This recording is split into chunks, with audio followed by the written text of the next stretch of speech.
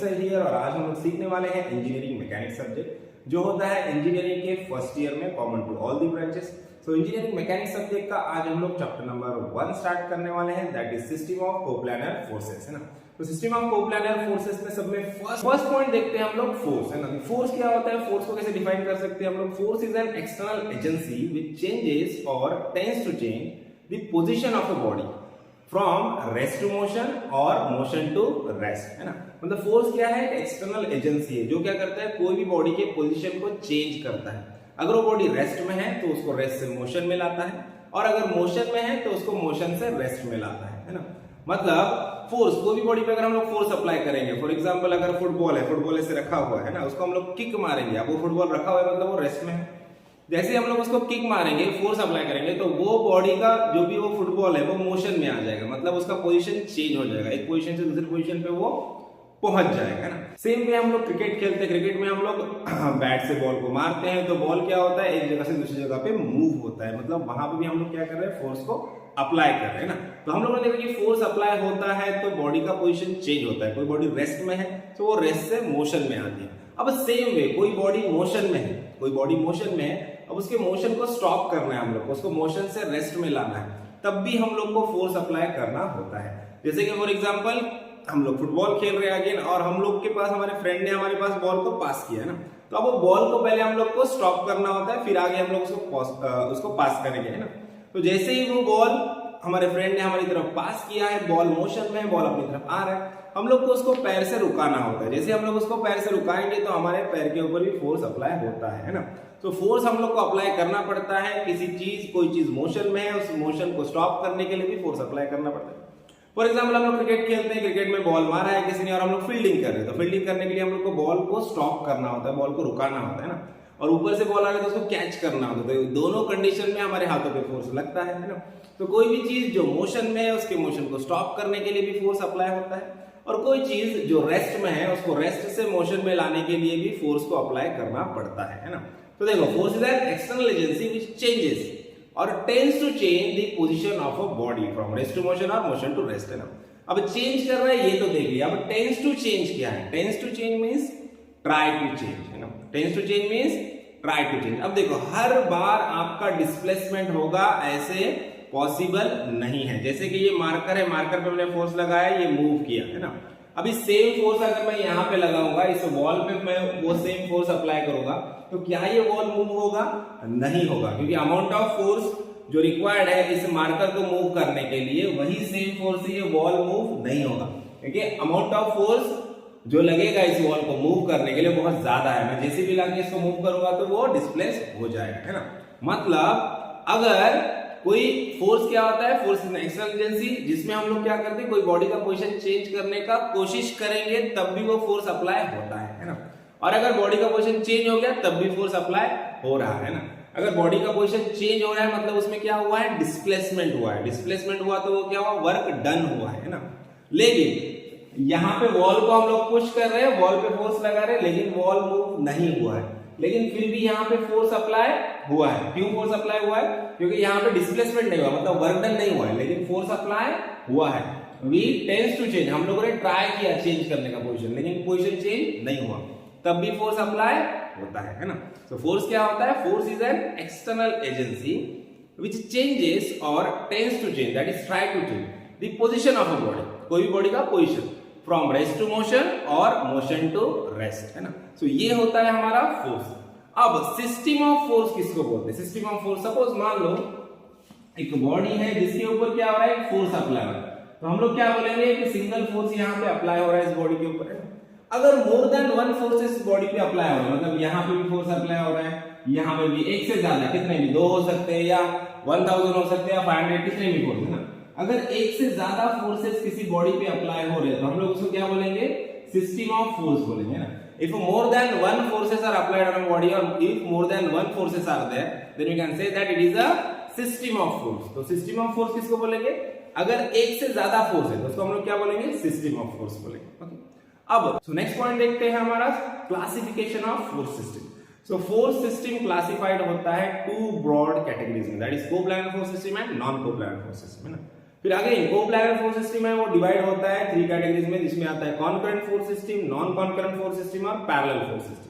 और non coplanar force system भी same category में डिवाइड होता है, उधर भी सेम कैटेगरी है, concurrent force system, non concurrent और पैरेलल।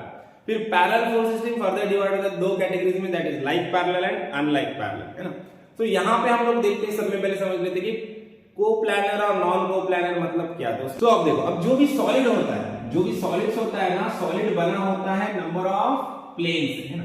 अब कोई भी सॉलिड नंबर ऑफ प्लेन से बना होता है, प्लेन फिगर से बना हुआ होता है। जैसे कि हम लोग देखेंगे यहाँ पे, अभी ये हमारा क्यूब है, मैं क्यूब ड्रॉ कर रहा हूं। अभी क्यूब कैसे बना है, क्यूब नंबर ऑफ प्लेन से मिला करके बना है। फॉर एग्जाम्पल यहाँ पे देखो, प्लेन्स में देखो, प्लेन्स में यहाँ पे ये क्यूब है, अगर ये क्यूब है तो यहाँ पे एक स्क्वायर रहेगा, ये एक स्क्वायर है, इधर एक स्क्वायर है, पीछे एक स्क्वायर है, इधर एक स्क्वायर है, 4 साइड से इसके, और टॉप है और बेस है, मतलब कितने 6 स्क्वायर्स को मिला करके एक क्यूब बना है ना। अगर ये हॉलो है तो 6 स्क्वायर को मिला करके एक क्यूब बना है, और ये जो 6 स्क्वायर्स है ये सारे के सारे क्या है, प्लेन्स है ना। सो नंबर ऑफ प्लेन्स को बना करके एक सॉलिड बनता है, नंबर ऑफ प्लेन्स को मिला करके एक सॉलिड बनता है ना। अब समझते हैं कि कोप्लानर फोर्स सिस्टम मतलब क्या। कोप्लानर फोर्स सिस्टम मतलब अगर जितने भी सारे फोर्सेस है, हम लोग को पता है फोर्स सिस्टम मतलब एक से ज्यादा फोर्स रहेगा, है ना। तो अब जितने भी सारे फोर्सेस है, अगर वो एक सिंगल प्लेन पे ही एक्ट हो रहे, सपोज ये वाला प्लेन है हमारा फ्रंट वाला, अब इसी प्लेन पे सारे फोर्सेस क्या हो रहे हैं, एक्ट हो रहे हैं, सारे के सारे फोर्सेस इसी प्लेन पे एक्ट हो रहे हैं। इसको क्या बोलेंगे हम लोग, कोप्लानर फोर्स सिस्टम बोलेंगे। इस प्लेन पे या इस प्लेन पे या इस प्लेन पे, कोई भी एक ही प्लेन पे, कोई भी एक सिंगल प्लेन पे ही सारे फोर्सेस एक्ट हो रहे हैं, तो उसको हम लोग क्या बोलेंगे, कोप्लानर फोर्स सिस्टम बोलेंगे।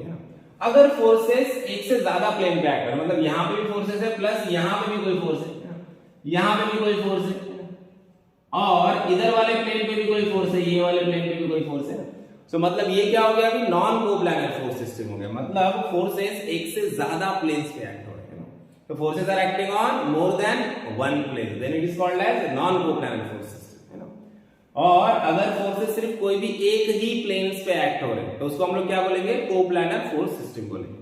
अब कोप्लानर फोर्स सिस्टम हम लोग को सिलेबस में सिर्फ कोप्लानर फोर्स सिस्टम सीखना है, कोप्लानर फोर्स सिस्टम के ऊपर ही हम लोग को प्रॉब्लम्स आते हैं। देखो कोप्लानर फोर्स सिस्टम का क्लासिफिकेशन देखेंगे, उसमें हम लोग देखा concurrent force system, non concurrent force system और पैरेलल फोर्स सिस्टम, राइट।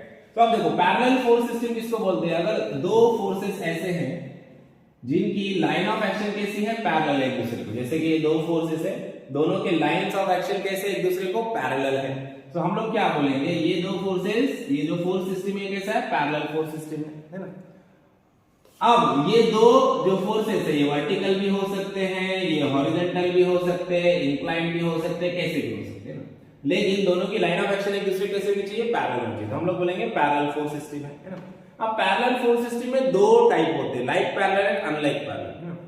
अगर दोनों फोर्सेस का जो एरो है, एरो हेड है, जो डायरेक्शन है, सेम डायरेक्शन में अगर दोनों भी फोर्सेस जा रहे हैं, तो हम लोग बोलेंगे कि ये फोर्सेस कैसे है, लाइक पैरेलल फोर्सेस है ना। अगर डायरेक्शन अलग अलग है, सपोज एक फोर्स इस डायरेक्शन में जा रहा है और दूसरा फोर्स इस डायरेक्शन में जा रहा है, तो ये क्या हो गया, ये अनलाइक पैरेलल फोर्स सिस्टम हो गया, अनलाइक पैरेलल फोर्स सिस्टम। अगर डायरेक्शन अलग अलग है, इसका डायरेक्शन इधर है, इसका डायरेक्शन इधर है, डायरेक्शन अपोजिट है, तो ये फोर्स सिस्टम कैसा हो गया, अनलाइक पैरेलल फोर्स सिस्टम हो गया, है ना।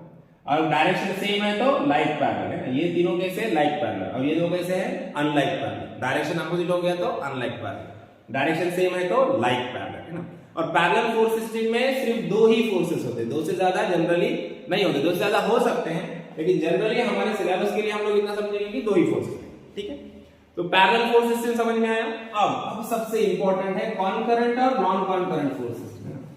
अब कॉन्करेंट और नॉन कॉन्करेंट फोर्स सिस्टम के ऊपर ही हम लोग को सारे प्रॉब्लम्स सॉल्व करने हैं, है ना, ये आने वाले 2-3 चैप्टर्स में। तो सबसे पहले समझते हैं कॉन्करेंट फोर्स सिस्टम किसको बोलते हैं। कॉन्करेंट फोर्स सिस्टम मतलब अगर सारे के सारे फोर्सेस, जो भी सिस्टम ऑफ फोर्सेस में जितने नंबर ऑफ फोर्सेस है, सारे फोर्सेस एक पॉइंट से बाहर निकल रहे हैं, एक पॉइंट से बाहर निकल रहे हैं या एक पॉइंट पे आके मीट कर रहे हैं, तो वैसे सिस्टम ऑफ फोर्सेस को हम लोग क्या बोलेंगे, कॉन्करेंट फोर्स सिस्टम बोलेंगे। अब जैसे इस फोर्स सिस्टम में देखो सारे फोर्सेस इस पॉइंट से बाहर निकल रहे हैं, तो ये क्या है हमारा कॉन्करेंट फोर्स सिस्टम, है ना। या फिर सारे के सारे फोर्सेस एक पॉइंट पे आके मिल रहे हैं, एक ही पॉइंट पे आके सारे फोर्सेस मीट कर रहे हैं, एक पॉइंट पे आके मिल रहे हैं सारे फोर्सेस। तो ये भी कैसा है, कॉन्करेंट फोर्स सिस्टम है ना। और मिक्स भी हो सकता है, ऐसे भी हो सकता है कि कुछ फोर्सेस बाहर जा रहे हैं तो कुछ फोर्सेस अंदर की तरफ आ रहे हैं, डायरेक्शन डजंट मैटर, मतलब सारे फोर्सेस एक पॉइंट से निकलना चाहिए या एक पॉइंट पे आके मीट होना चाहिए सेम पॉइंट है। तो वैसे फोर्स सिस्टम को हम लोग क्या बोलेंगे, कॉन्करेंट फोर्स सिस्टम बोलेंगे ना। सारे फोर्सेस एक पॉइंट से निकल रहे हैं या सारे फोर्सेस एक पॉइंट पे आके मिल रहे हैं, या कंबाइन हो सकता है, कुछ फोर्सेस एक पॉइंट पे आ रहे हैं और उसी पॉइंट से बाकी के फोर्सेस कुछ निकल रहे हैं। तो ऐसे फोर्स सिस्टम को हम लोग बोलेंगे कॉन्करेंट फोर्स सिस्टम है ना। अब नॉन कॉन्करेंट क्या होता है, non concurrent force system exactly इसके अपोजिट होता है, मतलब सारे फोर्सेस ना एक पॉइंट से निकल रहे हैं ना एक पॉइंट पे आके मिल रहे हैं। जैसे कि for example beam, forces acting on a beam, जैसे कि यहाँ पे ये फोर्स एक्ट हो रहा है इस पॉइंट पे, ये फोर्स एक्ट हो रहा है इस पॉइंट पे, ये वाला फोर्स एक्ट हो रहा है इस पॉइंट पे, ये वाला फोर्स ऐसे जा रहा है। अब ये सारे फोर्सेस देखो इस फोर्स सिस्टम में, ये सारे फोर्सेस ना एक पॉइंट पे आके मीट कर रहे हैं ना एक पॉइंट से बाहर निकल रहे हैं। तो ये फोर्स सिस्टम कैसा है, नॉन कॉन्करेंट फोर्स सिस्टम। और हमारे जो पैरेलल फोर्स सिस्टम है, सारे के सारे पैरेलल फोर्स सिस्टम जो होते हैं वो कैसे, नॉन कॉन्करेंट फोर्स सिस्टम है। नॉन कॉन्करेंट मतलब ना एक पॉइंट से फोर्सेस निकल रहे हैं ना एक पॉइंट पे आके मीट कर रहे हैं। तो समझ में आया कॉन्करेंट फोर्स सिस्टम क्या होता है, नॉन कॉन्करेंट फोर्स सिस्टम क्या होता है। अब नेक्स्ट पॉइंट देखते हैं, resultant of a force system. तो मतलब जो भी फोर्स सिस्टम होता है उसका रिजल्टेंट फोर्स किसको बोलते हैं। रिजल्टेंट फोर्स क्या होता है, resultant force is a single force which produces the same effect as the number of forces acting on the body, है ना। मतलब कोई एक बॉडी है जिसके ऊपर नंबर ऑफ फोर्सेस एक्ट हो रहे हैं, है ना। मान लो कि एक बॉडी है जिसके ऊपर नंबर ऑफ फोर्सेस क्या हो रहे हैं, एक्ट हो रहे हैं। अब उन फोर्सेस की वजह से उस बॉडी पे कुछ ना कुछ इफेक्ट होने वाला है। सपोज ये वाला बॉडी है जिसके ऊपर नंबर ऑफ फोर्सेस एक्ट हो रहे हैं, ये है F1, इधर से एक फोर्स एक्ट हो रहा है, F2 इधर से एक फोर्स एक्ट हो रहा है, F3, ये तीन फोर्सेस इसके ऊपर एक्ट हो रहे हैं। तीनों फोर्स मिलाकर जो इफेक्ट प्रोड्यूस कर रहे हैं इस बॉडी पे, है ना, उतना इफेक्ट प्रोड्यूस करने वाला एक सिंगल फोर्स रहेगा, है ना। तो इस फोर्स को हम लोग क्या बोलते हैं, रिजल्टेंट फोर्स बोलते हैं। क्या बोलते हैं, रिजल्टेंट फोर्स, है ना। Resultant force of this force system, ये तीनों मिलाकर जो काम कर रहे थे उतना काम करने वाला सिंगल फोर्स, है ना। मतलब ये तीनों फोर्सेस मिलाकर इस बॉडी पे जितना इफेक्ट प्रोड्यूस कर रहे थे उतना इफेक्ट प्रोड्यूस करने वाला एक single force, that is the called resultant force of this force system. समझ में आया रिजल्टेंट फोर्स क्या होता है।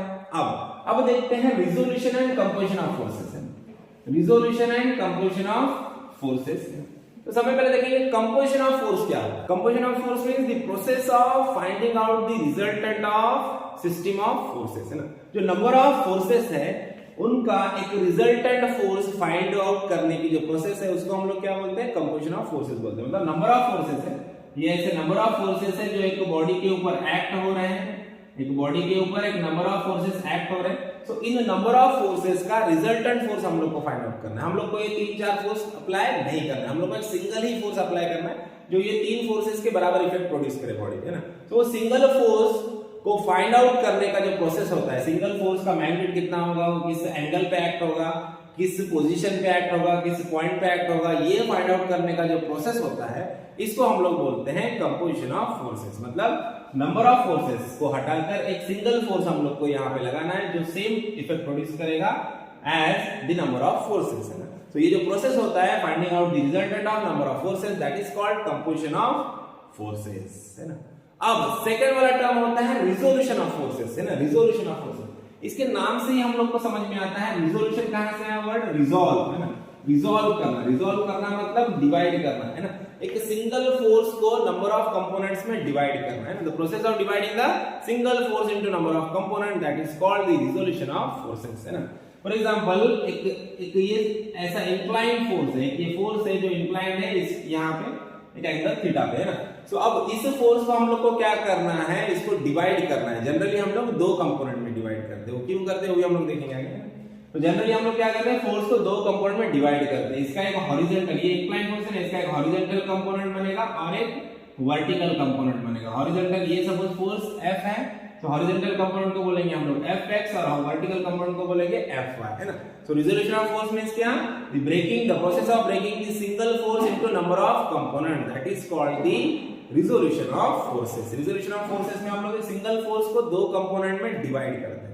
ऐसा क्यों करते हैं? Because for calculation purpose, for ease of calculation, horizontal या वर्टिकल फोर्स रहेगा तो उसका कैलकुलेशन हम लोग इजीली कर सकते हैं, उसका एडिशन सब्ट्रैक्शन हम लोग इजीली कर सकते हैं।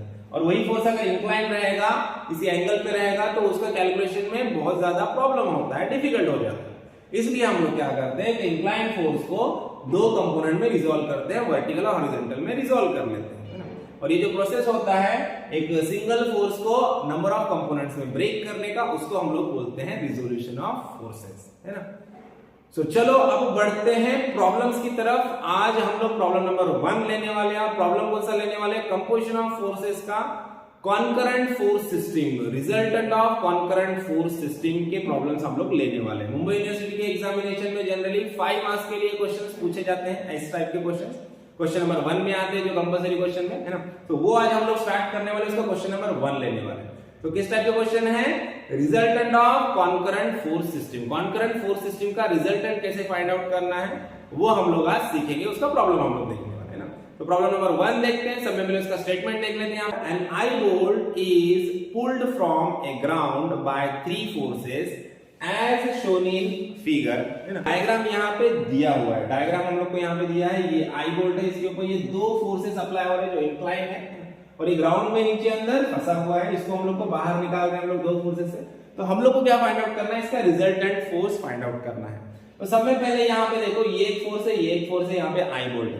तो सब में फर्स्ट ऐसे टाइप के जब भी प्रॉब्लम आएंगे तो सब में फर्स्ट हम लोग को क्या करना है? सब में फर्स्ट हम लोग को इसका फ्री बॉडी डायग्राम निकालना है। तो फ्री बॉडी डायग्राम में हम लोग को यहाँ पे एंगल्स पता होने चाहिए। यहाँ पे एंगल हम लोग को नहीं दिया है फोर्सेस का, लेकिन इस फोर्स के एंगल निकालने के लिए हम लोग को यहाँ पे दोनों साइड्स के वैल्यू दिए, यहाँ पे भी, यहाँ पे भी।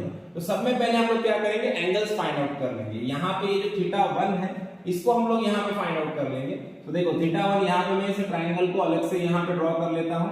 यहाँ पे देखो इस ट्राइंगल में ये एंगल है θ1, और ये वाला साइड है 3 और ये वाला साइड है 4, है ना।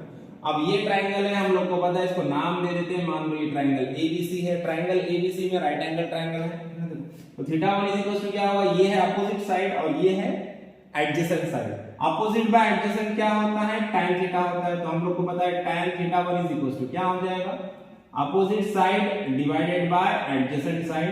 सो अपोजिट साइड क्या है हमारा? अपोजिट साइड है 3 और एडजेसेंट साइड है 4। सो 3/4 अपोजिट बाय एडजेसेंट 3/4 हो गया।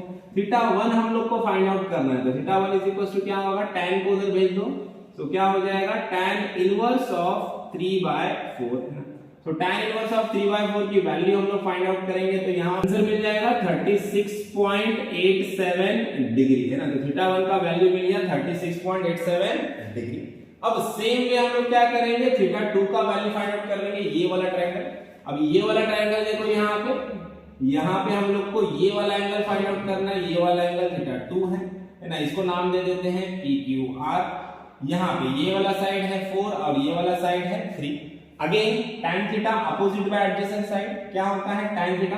तो हम लोग लिखेंगे tan of θ2 is equal to opposite by adjacent, that is equal to क्या होगा? अपोजिट क्या है? 4 है और एडजेसेंट क्या है? 3 है, 4/3।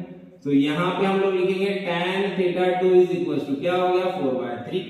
सो θ2 फाइंड आउट कर लो। θ2 इज इक्वल टू, यहाँ पे लिखता हूँ, θ2 इज इक्वल टू क्या हो जाएगा? tan को उधर भेज दो, tan इनवर्स हो जाएगा, tan इनवर्स ऑफ 4/3।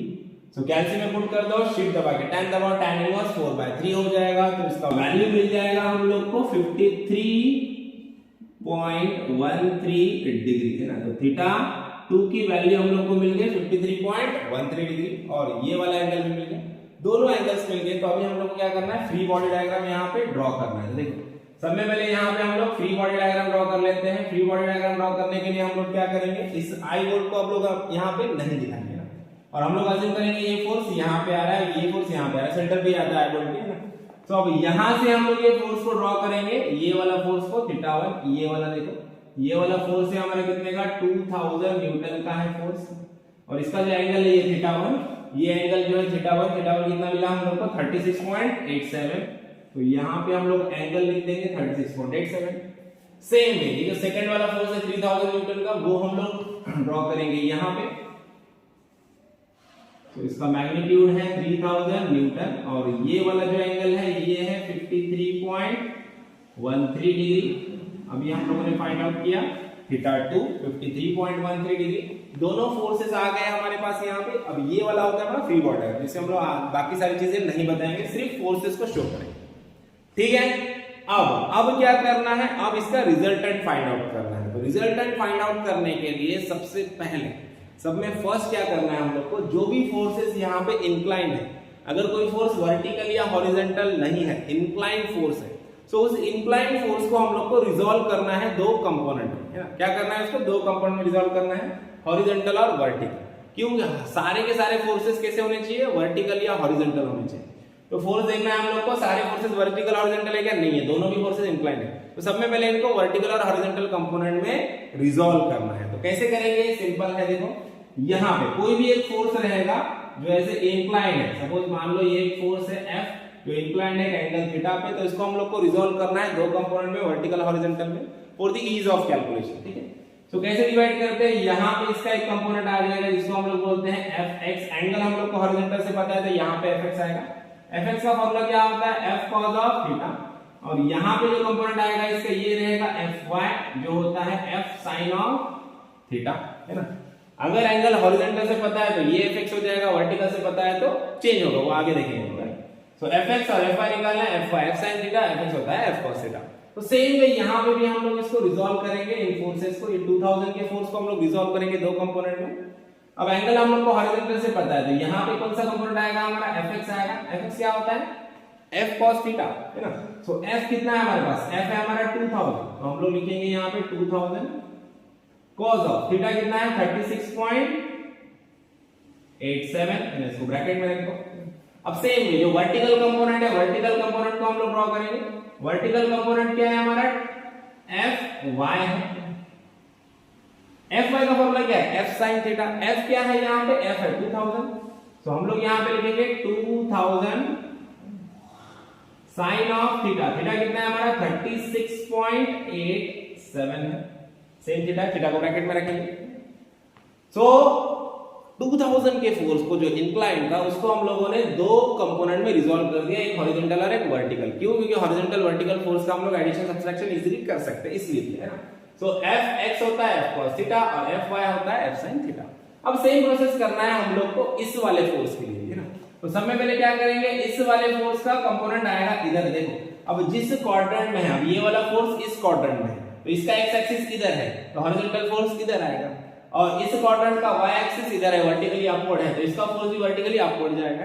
जिस क्वाड्रेंट में फोर्स है उसके रिस्पेक्टिव x और y एक्सिस के डायरेक्शन में हमारे कंपोनेंट्स रहने वाले हैं, ओके। सो अब इस क्वाड्रेंट में इसका x एक्सिस इधर है तो Fx इधर आएगा, यहां पे लिखेंगे हम लोग Fx। Fx का फॉर्मूला क्या होता है, F cos theta.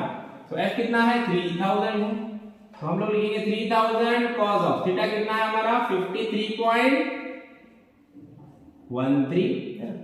So Fx F cos theta, F cos 3000 cos 53.13। अब सेम वे वर्टिकल कंपोनेंट देखेंगे, इसका वर्टिकल कंपोनेंट क्या है, तो वर्टिकल कंपोनेंट हमारा आ जाएगा, वर्टिकल कंपोनेंट क्या रहेगा Fy। Fy क्या होता है F sin थीटा। सो F कितना है हमारा, F है हमारा 3000, सो हम लोग लिखेंगे 3000 sin of 53.13। तो 3000 sin of 53.13 और 3000 cos of 53.13।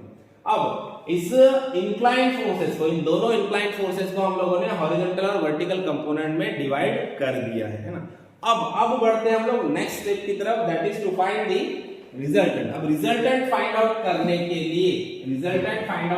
लिए हम लोग को क्या करना है, सो रिजल्टेंट का हमारा फॉर्मूला है, सिंपल से मैं फॉर्मूला आप लोग को बताता हूं। रिजल्टेंट का फॉर्मूला क्या है, रिजल्टेंट का फॉर्मूला है R is equals to under root summation of f of x square plus summation of f of y square, है ना। मतलब summation of f of x और f ऑफ y का स्क्वायर करना है, उसका रूट लेना है, वही होता है हमारा रिजल्टेंट, मैग्नीट्यूड मिल जाएगा रिजल्टेंट, है ना। सो अब f ऑफ x और f ऑफ y क्या होता है, सब में बड़ा क्वेश्चन ये कि f ऑफ x क्या होता है। देखो एफ ऑफ एक्स मतलब summation of F of x मतलब जितने भी सारे इस सिस्टम ऑफ फोर्सेस में जितने भी सारे हॉरिजॉन्टल फोर्सेस है उनका एडिशन, सारे हॉरिजॉन्टल फोर्सेस का addition, that is summation of F of X होता है ना। तो अब एडिशन करते समय यहाँ पे कंसीडरेशन क्या रहेगा, राइटवर्ड फोर्सेस लेंगे हम लोग पॉजिटिव और लेफ्टवर्ड फोर्सेस लेंगे हम लोग negative. Rightward forces positive, leftward forces negative लेंगे ना। F of x summation of F of x मतलब जितने भी सारे फोर्सेस हैं उनमें सारे हॉरिजॉन्टल फोर्सेस का एडिशन, एफ ऑफ एक्स में सारे हॉरिजॉन्टल फोर्सेस लेंगे। उसमें भी कैसे लेंगे, जो राइटवर्ड फोर्सेस है, जो राइट साइड में फोर्सेस जा रहे हैं जिनका डायरेक्शन राइट साइड में उनको पॉजिटिव लेंगे, और जो लेफ्टवर्ड फोर्सेस जो लेफ्ट साइड में जा रहे हैं जिनका डायरेक्शन लेफ्ट में उनको नेगेटिव लेंगे। तो आप देखो यहाँ पे हॉरिजॉन्टल फोर्सेस कितने हैं, ये एक है और ये दो फोर्सेस हॉरिजॉन्टल है। अब ये वाला फोर्स राइट साइड में जा रहा है, तो जो राइट साइड में जाते हैं वो कैसे पॉजिटिव है।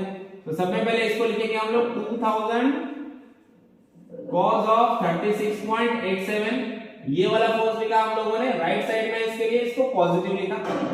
उसके बाद और हॉरिजॉन्टल फोर्स कौन सा, ये वाला, ये किधर जा रहा है, लेफ्ट साइड में जा रहा है, तो लेफ्ट साइड के फोर्सेस हम लोग लेते हैं नेगेटिव। तो यहां पे हम लोग लिखेंगे माइनस, फोर्स क्या है 3000 cos ऑफ 53.13, तो 3000 cos ऑफ 53.13, ये वाला फोर्स राइटवर्ड था पॉजिटिव लिखा, ये वाला फोर्स लेफ्टवर्ड था इसको नेगेटिव लिखा, है ना।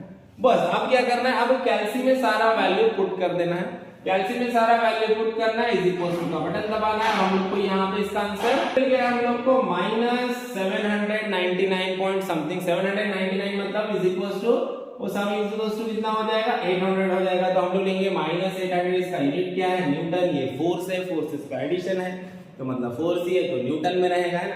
अब हम लोग क्या करेंगे, इस माइनस साइन क्या इंडिकेट कर रहा है, माइनस साइन इंडिकेट कर रहा है कि ये सारा समेशन किधर है, लेफ्ट साइड है ना। तो हम लोग यहाँ पे क्या लिखेंगे, f of x is equals to 800 plus में इसका वैल्यू लिखेंगे और डायरेक्शन बताएंगे, डायरेक्शन किधर है, लेफ्ट में है ना। माइनस साइन हटा के हम लोगों ने क्या बताया, डायरेक्शन लेफ्टवर्ड बताया, मतलब लेफ्ट साइड में है मतलब वही नेगेटिव फोर्स है, ठीक है। ये वाला स्टेप नहीं किया तो भी चलेगा, -800 लिखा, ठीक है ओके। अब इसके बाद नेक्स्ट स्टेप होता है हमारा to find out summation of f of y। अब summation of f of y मतलब क्या, summation of f of y मतलब सारे जो वर्टिकल फोर्सेस है, सारे वर्टिकल फोर्सेस का एडिशन करना है हम लोग को। अब उसमें भी हम लोग को कंसीडरेशन क्या करना है कि जो अपवर्ड फोर्सेस है इनको हम लोग पॉजिटिव लेंगे और जो डाउनवर्ड फोर्सेस है उनको हम लोग नेगेटिव लेंगे। सारे वर्टिकल फोर्सेस का एडिशन करना है, अपवर्ड फोर्सेस जिनका डायरेक्शन ऊपर है उनको पॉजिटिव लेना है और डाउनवर्ड फोर्सेस जिनका डायरेक्शन नीचे है उनको नेगेटिव लेना है। अब यहाँ पे देखो, यहाँ पे वर्टिकल सिर्फ दो फोर्सेस है, ये वाला और ये वाला, यही दो फोर्सेस वर्टिकल है और दोनों पे दोनों अपवर्ड जा रहे हैं, दोनों अपवर्ड है मतलब दोनों पॉजिटिव आएंगे, कोई नेगेटिव फोर्स नहीं है, कोई नीचे फोर्स है ही नहीं नेगेटिव लेने के लिए। दो फोर्सेस है, दोनों भी फोर्सेस अपवर्ड है तो दोनों को पॉजिटिव लेंगे। सब में पहले इसको लिखते हैं, देखो 3000 साइन ऑफ 53.13 प्लस ये वाला कितना है 2000 साइन ऑफ 36.87, तो दोनों फोर्सेस अपवर्ड, दोनों पॉजिटिव लिख दिया हम लोगों ने। कैल्सी में वैल्यू पुट कर दो और आपको यहाँ पे summation of f of y का आंसर मिल जाएगा 3600 न्यूटन। देखो 3600 न्यूटन पॉजिटिव में आंसर आया है तो हम लोग यहाँ पे बता देंगे डायरेक्शन किधर है, राइटवर्ड, 3600 न्यूटन। ये मिल गया f of y, देखो f of x मिल गया, f of y मिल गया, तो लास्ट स्टेप जिससे हम लोग को रिजल्टेंट मिल जाएगा। तो रिजल्टेंट का फॉर्मूला क्या होता है, summation of f of x का whole square plus summation of f of y का whole square. f of x और f of y दोनों के वैल्यू यहाँ पे पुट कर दो तो देखो रिजल्टेंट की वैल्यू हम लोग को यहाँ पे मिल जाएगी। देखो summation of f of x कितना है हमारा -800 है, -800 का होल स्क्वायर, देखो माइनस में रहने दो, स्क्वायर करने के बाद वो पॉजिटिव आने वाला है ना, प्लस f of y कितना है 3600 इसका होल स्क्वायर। डायरेक्टली कैल्सी में वैल्यू पुट करो, सारा आंसर पुट करो और हम लोग को यहाँ पे रिजल्टेंट की वैल्यू मिल जाएगी, 3687 न्यूटन है ना, 3687 न्यूटन। तो ये मिल गया हम लोग को रिजल्टेंट का मैग्नीट्यूड। यहाँ पे हम लोग को रिजल्टेंट मिल चुका है, रिजल्टेंट फोर्स मिल चुका है और यहाँ पे हमारा प्रॉब्लम खत्म होता है ना। तो आई होप आप लोग को सारा प्रॉब्लम अच्छे से समझ में आया है, सारे बेसिक कंसेप्ट क्लियर हुए हैं। अगर वीडियो अच्छा लगा है तो वीडियो को लाइक कीजिए, ज्यादा से ज्यादा अपने दोस्तों के साथ शेयर कीजिए और चैनल को सब्सक्राइब करना ना भूलें। तो मिलते हैं नेक्स्ट वीडियो में नेक्स्ट प्रॉब्लम के साथ, तब तक के लिए थैंक यू, बाय बाय।